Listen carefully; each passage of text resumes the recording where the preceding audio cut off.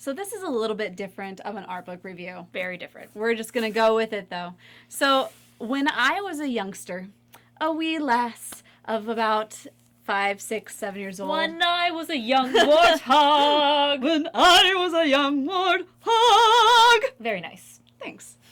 So I had this book. Your aroma. No. I did not smell.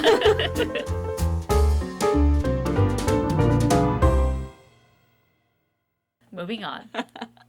Okay, so when I was really young, they had this book, and I loved this book. It was the stories of all the Disney movies, and I'm just going to show it to you. This was what I found. And as you can see, and as we're going to go through, start the flip through right now, it is very well worn and torn and very loved. Well loved, yes. I got a lot of use out of this book. Yes, it's, the back pages are basically coming off. Again, it was loved. But, you know, it's broken, so we can't go forward. This is not a collectible, clearly. It's okay, Morgan, because I have the other slipper. So I was going through my grandparents' their stuff, and I found, like, the actual, like, original book with the dust cover and everything. In its original packaging. Yes. So am I going to open this? No. And at the time, you could buy this book for $14.99 MS retail value. Wherever they bought this. Abrams Books, they still make books today. This was only in the 80s. Well, there's a lot of publishing companies since then and now that are out of business. It's true. So in case you happen to have this book in its original packaging and you are just wanting to make sure that you want to know what's inside, but you don't because you know it's more valuable wrapped. Yes. That's what Amazon. You can buy this literally for like 50 cents, yeah, $5 used. You really can. So buy the used one, keep your one in the packaging all nice and or you can just watch this flip through. There you go. So one of my favorite things about this book actually was the fact that it was kind of separated into the different types of stories. So you had the classics, you had the fairy tales, and you had the contemporary stories, which is all fun. It's just fun. And they're actually the stories so that you from Disney animation. These are from the Disney feature animation films up until The Rescuers. Yeah. So you had basically the entire canon just kind of wrapped in its own... they're not canonical, but they're all there.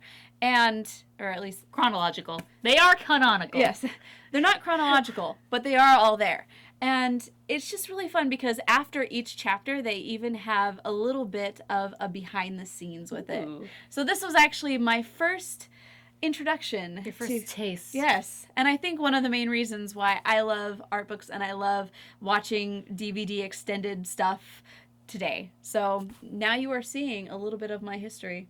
Well, what are some of your favorites from this book, do you think? Well, you know, you can't ever go wrong with Snow White and the Seven Dwarfs. No. You know, first off, it leads off with that, so it's probably one of the ones that was most read in this book, but I'm sure there are children, and I was the same way. I did not have this book, but I had a book of Grimm's fairy tales and had my favorites, you know, so you can...